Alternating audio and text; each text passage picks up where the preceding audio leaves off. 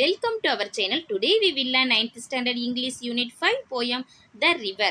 இதில் இருக்கக்கூடிய book back answer ஃபுல்லாகவே பார்க்கலாம். இங்கே பாருங்க, The River poem நம்மளுக்கு கொடுத்துருக்காங்க. இதோட ஆதர் யாருன்னா கரோலின் ஆன் பவுல்ஸ். ஓகேவா, இதில் வார்ம் அப் பகுதியில் நம்மளுக்கு 3 கொஸ்டின்ஸ் கேட்டிருக்காங்க. இதுக்கு ஆன்சர் பார்க்கலாம்.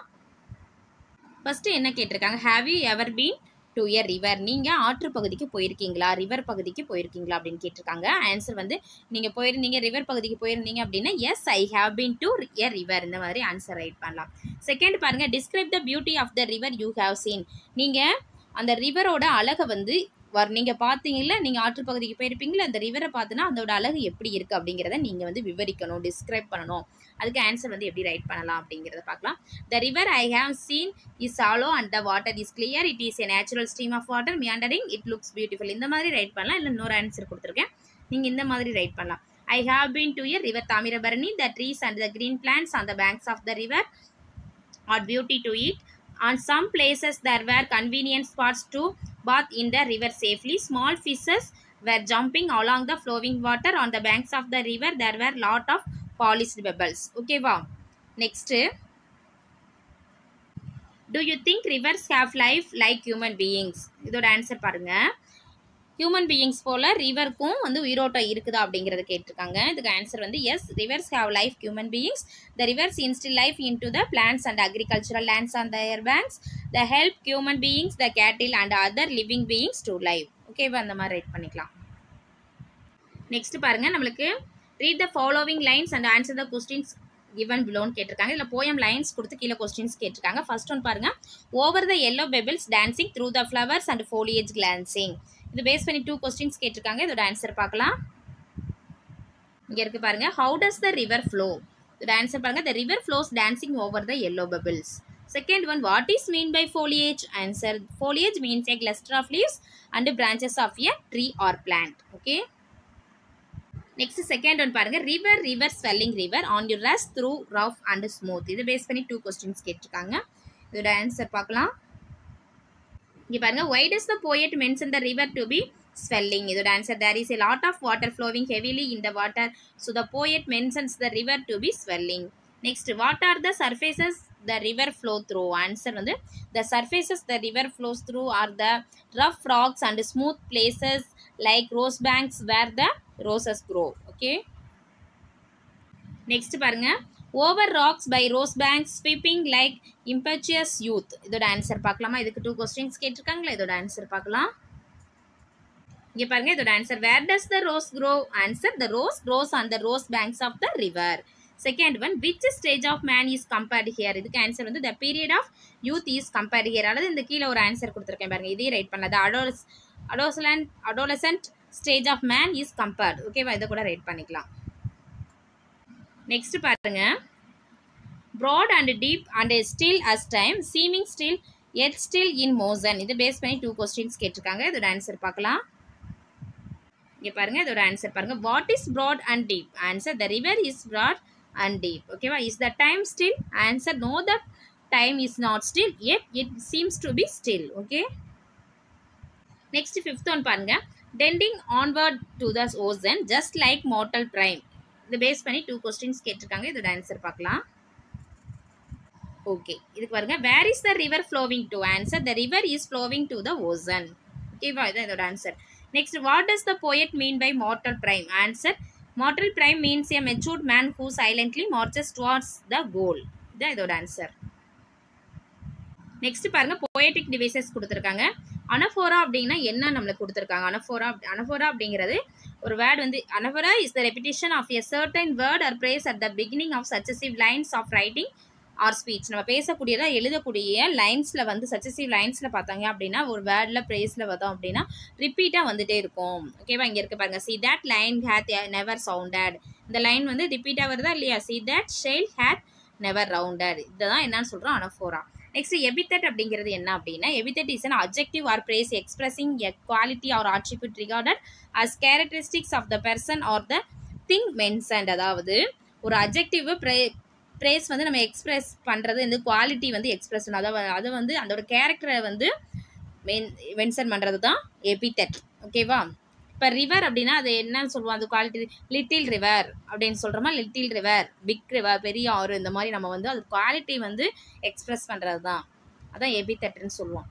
எக்ஸாம்பிள் கொடுத்துருக்காங்க. இமேஜரி அப்படிங்கிறவே நம்மளுக்கு தெரியும். இமேஜரினா கற்பனையாக நம்ம சொல்கிறது, நாட் விசுவல், நம்ம கண்ணில் பார்க்க முடியும், கற்பனையாக சொல்கிறது தான் இமேஜரி அப்படி சொல்லுவோம். Sight, hearing, touch, taste, smell, இந்த 5 சென்சஸ் ரிலேட்டடாக வருது. ஓகேவா? எல்லோ பெபிள்ஸ், பெபிள்ஸ்னு தெரியும், அது எல்லோ பெபிள்ஸ், பெபிள்ஸ் வந்து எல்லோ கலரில் இருக்காது, நம்மளாம் இமேஜின் பண்ணி சொல்கிறோம், அதான் இமேஜரி. ஓகே, இதை பேஸ் பண்ணி நம்மளுக்கு கீழே கேட்டிருப்பாங்க, பார்ப்போம். கொஸ்டின்ஸ் வந்து read the following lines and answer the questions. First one பாருங்க, bright you sparkle on your way over the yellow pebbles dancing through the flowers and foliage glancing like a child at play. இதுல வந்து pick out the rhyming words. rhyming words வந்து நம்மளுக்கு கேட்டிருக்காங்க. இதுல rhyming words என்னன்னா way, play அப்படிங்கிறது rhyming words, dancing, glancing. ஓகேவா? Next பாருங்க, mention the rhyme scheme of the poem. இந்த போயம்ல நம்மளுக்கு வந்து rhyme scheme வந்து கேட்டிருக்காங்க. இங்க நான் ஆல்ரெடி ஆன்சர் கொடுத்துருக்கேன். இந்த போயம்ல rhyme scheme வந்து நம்ம பார்க்கலாம். இப்போ வந்து நம்ம ரிவர் அப்படிங்கிற வேர்டுக்கு எண்டிங்ல வந்து பார்த்தோம்னா ரிவர் அப்படிங்கிறது ஏ அப்படிங்கிற லெட்டர் டினோட் பண்றோம். அடுத்து வே, பிளே, இதுக்கு வந்து என்ன letter denote, B, B. Dancing, glancing, இது வந்து சி. அப்புறம் என்ன ஒரு ரைமிங் ஸ்கீம் வந்து A, B, C, C, B லைனா நம்ம சொல்றோம். ஓகேவா? ஒரு லைன்ல எண்டிங்ல வந்து சவுண்ட் ஒரே மாதிரி வரணும், அதுக்கு ஒவ்வொன்றுக்கும் செப்பரேட்டா நம்ம வந்து ஒரு லெட்டர் வந்து டினோட் பண்ணுவோம், இண்டிகேட் பண்ணுவோம். ஓகேவா?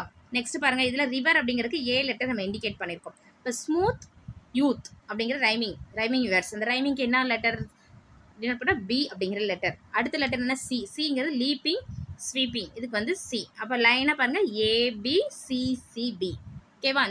இந்த ஸ்டான்ஸா செகண்டுக்கு. தேர்ட் ஸ்டான்ஸா பாருங்க, இதுக்கு ரிவர் அப்படிங்கிறதுக்கு ஏ லெட்டர் டினோட் பண்றோம். அடுத்து டைம், பிரைம், இதுக்கு வந்து பி. மோஷன், ஓசன், இதுக்கு வந்து சி. அப்போ ரைமிங் ஸ்கீம் என்ன வரும், A, B, C, C, B. Next பாருங்க, ரிவர் அப்படிங்கிறதுக்கு ஏ. நெக்ஸ்ட் சி அப்படிங்கிறதுக்கு பின்னு நம்ம கொடுத்துறோம், ஏன்னா நெக்ஸ்ட் நம்மளுக்கு வேர்டு இல்லை. அடுத்து சவுண்டட், ரவுண்டட், இது வந்து ரைமிங்ல இருக்கு, அப்போ இதுக்கு சி அப்படி லெட்டர் டினோட் பண்றோம். அடுத்து என்டர்னிட்டி, இதுக்கு வந்து டி. ஓகேவா? அடுத்த ஒவ்வொரு ஆல்பபெட்லையும் நம்ம வரணும். இப்போ ஏபிசிசிடி தான் ஆன்சர். இதான் ரைமிங் ஸ்கீம் இந்த போயமோட. ஓகே, நெக்ஸ்ட் பாருங்க, through the flowers and foliage glancing like a child at play. இதுல வந்து நம்மளுக்கு என்ன கேட்டிருக்காங்கன்னா figure of speech, இந்த லைன்லோட figure of speech கேட்டிருக்காங்க. give various other examples from the poem. இந்த போயம்ல இருந்து various examples வந்து கேட்டிருக்காங்க. ஓகே, இங்க பாருங்க, இதுல வந்து பாத்தீங்க அப்படின்னா mention the figure of speech used the above lines, alliteration தான் வரும். ஓகேவா? alliteration is the figure of speech used in the above line. இது அப்படியே ரைட் பண்ணலாம். alliteration is the figure of speech used in the above line. various other examples வந்து இங்க போயம்ல இருந்து கொடுத்திருக்காங்க. இது அப்படியே ஆன்சரா பாத்துக்கங்க. ஓகேவா?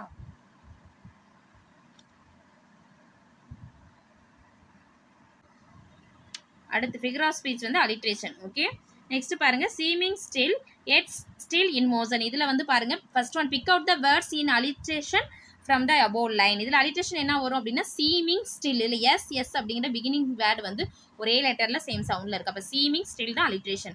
identify other examples from the poem for alliteration. other examples வந்து இந்த போயம்ல இருந்து ரைட் பண்ண சொல்லிருக்காங்க, பார்க்கலாம். இங்க இருக்கு பாருங்க, ஸ்டான்ஸா 1ல பார்த்தோம் அப்படின்னா ரிவர், ரிவர், லிட்டில் ரிவர், அந்த ஆர் ஆர் அப்படிங்கிற லெட்டர் வந்து ஒரே மாதிரி இருக்கு. அடுத்து you, your, flowers, foliage, F F, யூல வந்து ஒய். அடுத்து ஸ்டான்ஸா 2ல பார்த்தீங்கன்னா rush, rough, louder, leaping, rocks, rose bank. Stanza 3ல சீமிங், ஸ்டில். ஸ்டான்ஸா 4ல பார்த்தீங்கன்னா down dash, sea, sounded, sail. இது டவுன் டேல டி, டவுன் டேஷ்ல வந்து டிடி, சி சவுண்டட், சைடில் எஸ் எஸ் அப்படிங்கிற லெட்டர் வந்து ஒரே மாதிரி இருக்கு பிகினிங் வேர்டு. ஓகேவா? இது ஆன்சர். நெக்ஸ்ட் நம்மளுக்கு pick out the examples of for epithet from the poem. Epithet வந்து நம்மளுக்கு கேட்டிருக்காங்க, எக்ஸாம்பிள் வந்து ரைட் பண்ண சொல்லி போயம்ல இருந்து எடுத்து ரைட் பண்ண சொல்லியிருக்காங்க, பார்க்கலாம். எபித்தட் என்னவா, ரிவர்னா லிட்டில் ரிவர், நம்மளுக்கு ஆல்ரெடி எக்ஸாம்பிள்ல பார்த்துருக்கோம். River swelling river, impetuous river, brimming river, headlong river. நம்ம ரிவரை வந்து டிஸ்கிரைப் பண்ணி சொல்றது. ஓகேவா? எபித்தட் அப்படிங்கிறது அப்ஜெக்டிவ், அதை வந்து என்ன குவாலிட்டி வந்து டிஸ்கிரைப் பண்றது, அதோட கேரக்டரிஸ்டா, ஒரு பெர்சனோட ஒரு திங்ஸோட கேரக்டரிஸ்டை டிஸ்கிரைப் பண்றது தான் எபித்தட். ஓகே, நெக்ஸ்ட் பாருங்க, pick out the examples for imagery from the poem. இமேஜரினா கற்பனை திறன், ஆல்ரெடி சொல்லியிருக்கிறோம். இதோட ஆன்சர் பார்க்கலாம். போயம்ல வந்து நம்ம இமேஜரி வந்து எக்ஸாம்பிள்ஸ் வந்து எடுத்து ரைட் பண்ணணும். இங்கே கொடுத்துருக்கேன் பாருங்கம்மா. இப்போ வந்து எக்ஸாம்பிள்ஸ் வந்து நம்ம போயம்ல இருந்து எடுத்து ரைட் பண்ணலாம். எல்லோ பெபிள்ஸ் அப்படிங்கிறது, pebbles yellow pebbles imagery example நம்ம சொல்லிப்போம். அடுத்து நம்ம பார்த்தோம் அப்படின்னா ரோஸ் பேங்க்ஸ், அடுத்து டேஷ் இன்டு த சி. ஓகேவா? போயம்ல இருந்து நம்ம ரைட் பண்ணலாம். இந்த மாதிரி கற்பனையாக நம்ம வந்து சொல்லக்கூடியது. These images help reader visualize the way and the manner in which the river flows. Okay. Next பாருங்க, answer the following in a paragraph of about 120 to 150 wordsல right பண்ண சொல்லியிருக்காங்க. இல்லை 2 கொஸ்டின்ஸ் கேட்டிருக்காங்க. இதோட ஆன்சர் பார்க்கலாம். இங்கே பாருங்க, ஃபர்ஸ்ட் ஒன்க்கு ஆன்சர் வந்து இங்கே கொடுத்துருக்கேன் பாருங்க. How does the poet bring about the comparison of life with the river? Explain it with reference to the poem. இதோட ஆன்சர் இங்கே பிக்சர் இமேஜாக கொடுத்துருக்கேன், பார்த்துக்குங்க. There are 4 stages in the river passage and 4 stages in our life. In the beginning, the river is a small stream like the child who is small. The river is innocent and dances over pebbles as the child also dances out of happiness. In the second stage, adolescent boy is rash and reckless. So also the river runs in a furious manner. It moves nicely over pebbles, rough land and smooth land. In the third stage, the man is serious and thoughtful.